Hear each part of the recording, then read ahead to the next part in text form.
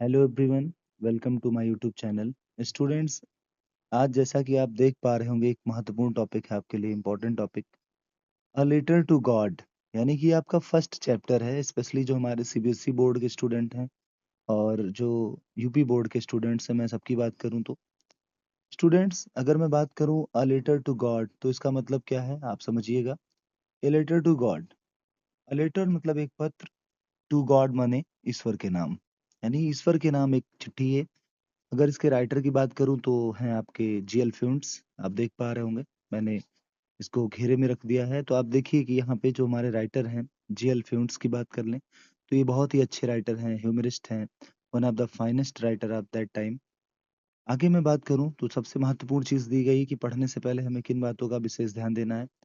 तो इसमें मेंशन किया गया है कि दे से फैथ कैन मूव माउंटेन्स, मतलब लोग कहते हैं कि अगर विश्वास हो तो पर्वत हिलाया जा सकता है, पहाड़ को भी हम हिला सकते हैं अगर हमारा बिलीफ सिस्टम स्ट्रांग है तो। फिर भी कहा गया कि but what should be put our faith in, अपने उस विश्वास में हमें किन बातों का ध्यान रखना है। तो ये जो चैप्टर है आपके लिए, ये कुछ ऐसी कहानी हमें बताएगा। मैं बात कर लूँ यहाँ पे हमारे जो लेंचो की बात की गई, इस कहानी में एक किसान है जिसका नाम है लेंचो, आप देख सकते हैं। मेंशन किया गया है कि Lencho is a farmer who writes a letter to God. Lencho एक किसान है जो गॉड के नाम एक चिट्ठी लिखता है। और क्या होता है, वो चिट्ठी क्यों लिखता है, यहाँ पे बात दी गई कि God when his crop was totally ruined, जब उसकी पूरी फसल बर्बाद हो जाती है, asking for 100 pesos, does Lencho's letter reach God, क्या लेंचो की चिट्ठी गॉड तक पहुंची थी। उसने 100 पेसो मांगा था, यानी पेसेस की डिमांड की थी। तो कहानी में क्या हुआ, इन सब चीज़ों को जानने के लिए हम इसके मेन टेक्स्ट पे चलते हैं और शुरू करते हैं इसका पहला पैराग्राफ। आइए ध्यान देते हैं बच्चों। तो हमारा जो फर्स्ट पैराग्राफ है ये रहा आपके सामने, आप यहाँ से देखेंगे। तो पहला पैराग्राफ यहाँ से स्टार्ट होता है, the house the only one in the entire valley. The house means होता है घर, द ओनली वन माने सिर्फ इकलौता मकान था, इन द एंटायर वैली मतलब पूरी घाटी पर, sat on the crest of a low hill, जो कि बना हुआ था, स्थित था कहाँ पे, क्रेस्ट ऑफ अ लो हिल मतलब पहाड़ की निचली चोटी पर बना हुआ था। From this height one could see the river, इसकी हाइट, हाइट मीन्स होता है ऊंचाई, वन मतलब कोई भी, कुड सी मतलब देख सकता था, क्या, ए यानी the river, and the field of ripe corn dotted with the flowers that always promise the good harvest. अर्थात यहाँ पे जो उसकी फसल लगी हुई थी, उसकी जो फसल का ऐसा स्टेज था कि जो उसकी फसल थी लेंचो की, वो डॉटेड थी।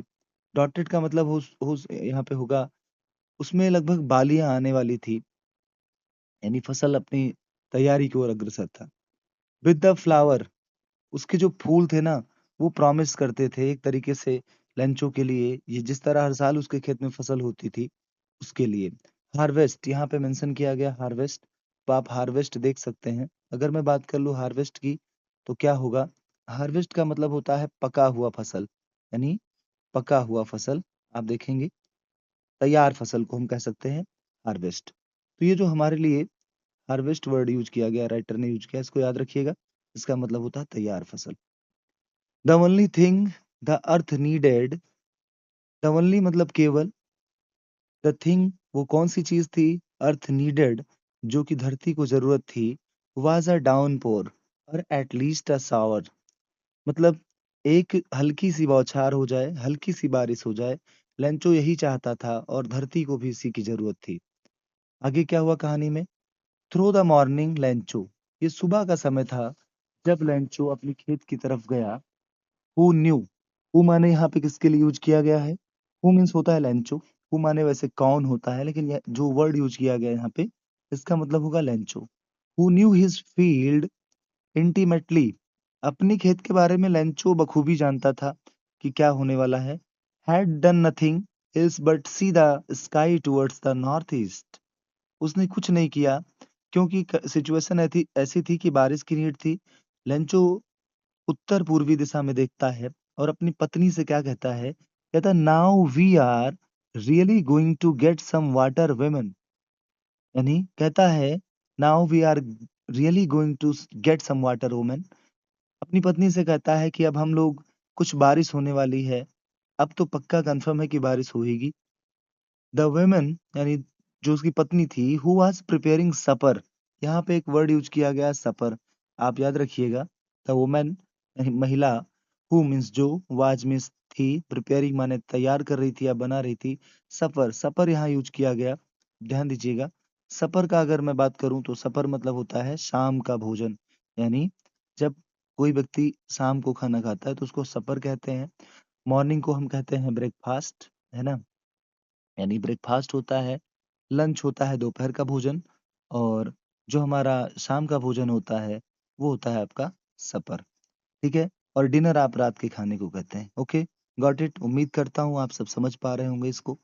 और आगे मैं बताऊं, रिप्लाइड मतलब जवाब देती है, कहती है यस गॉड बिलिंग, अगर हाँ भगवान ने चाहा तो बारिश होगी।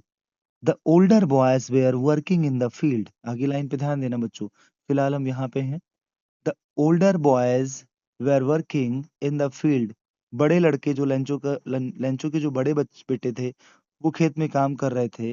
While the smaller ones were playing near the house, जबकि छोटा बच्चा घर के पास खेल रहा था। Until the women called to them all, तब तक उसकी पत्नी यानी महिला जो थी उसने सबको बुलाया और कहती क्या है, कम फॉर डिनर, आओ डिनर तैयार है, मतलब खाना तैयार है, सबको एक साथ बुलाती है। It was during the meal, ये खाना जब ये लोग बैठ करके खाना खा रहे थे, just as Lencho had predicted, तो चलिए थोड़ा स्क्रॉल करते हैं, ऊपर की तरफ चलते हैं। जिस तरह लेंचो ने एक प्रिडिक्शन दिया था उसकी बात करें तो, जैसे लेंचो ने एक अनुमान जताया था कि उसकी फसल कैसी होगी, तो Lencho had predicted big drops of rain began to fall, बड़ी बड़ी बूंदें गिरने लगी, यानी बारिश शुरू हो चुकी थी। In the north east huge mountains of clouds could be seen approaching, north east का मतलब होता है यहाँ पे उत्तर पूरब क्षेत्र में, यानी जो बादल थे उत्तर पूर्वी क्षेत्र की बात करूं तो उसमें अप्रोच सीन अप्रोचिंग मतलब वो बादल दिखाई पड़ रहे थे। The air was fresh and sweet, जब भी बरसात होती है उससे पहले की जो हवा होती है ना, बड़ी ही स्वीट होती है, बड़ी ही शानदार और ताजी हवा लगती है। आपने महसूस भी किया होगा बच्चों। तो आगे बात करूं, the man went out for no other reasons, यानी वो व्यक्ति लेंचो किसी अन्य वजह से बाहर नहीं जाता है, then to have the pleasure of feeling the rain on his body, वो सिर्फ उस बारिश को महसूस करने के लिए बाहर जाता है। And when he return he exclaimed, these are not rain drops, जब लौट कर आया लेंचो तो बताया, कहा ये बारिश नहीं हो रही है, फॉलिंग फ्रॉम द स्काई, मतलब आकाश या आसमान से बादल नहीं बरस रहे हैं, बल्कि दे आर न्यू कॉइन्स, ये नए सिक्के बरस रहे हैं। अब सोचिए, लेंचो ने यहाँ बारिश को बारिश ना बोल करके उसको न्यू कॉइन्स बता दिया, और कहता है the big drops are 10 cent pieces and the little one are fives, मतलब जो बड़ा सिक्का है वो 10 का है, और जो छोटा वाला यानी बड़ी बूंदें 10 के सिक्के के समान कंपेयर करता है, और छोटी बूंदों को वो 5 के समकक्ष रखता है। फिर आगे क्या हुआ, ध्यान से समझिएगा। With a satisfied expression he regarded the field of ripe corn with its flowers, with a satisfied expression मतलब हुआ अभी तक बारिश की बहुत नीड थी, अब बारिश शुरू हो गई तो लेंचो संतुष्ट हो गया। ही regarded the field of ripe corn, उसने जो फसल बोई थी खास तौर पे धान की फसल उसने उगा रखी थी, विद इट्स फ्लावर, और धान में अब बालियां आने लगी थी, draped in a curtain of rain, और अब वो बारिश की जो बूंदें थी, यानी उस बारिश का इंतजार था उस फसल को। बट हुआ क्या, आगे कहानी में ट्विस्ट हो गया थोड़ा सा बच्चों।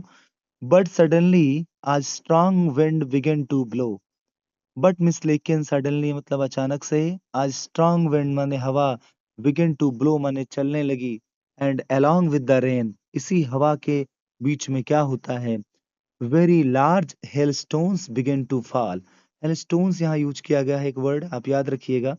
hailstones की बात मैं करूं तो इसका मतलब होता है ओले, यानी जो कि ओले गिरते हैं ना, पत्थर, उसको कहा जाता है इंग्लिश में हेलस्टोन्स।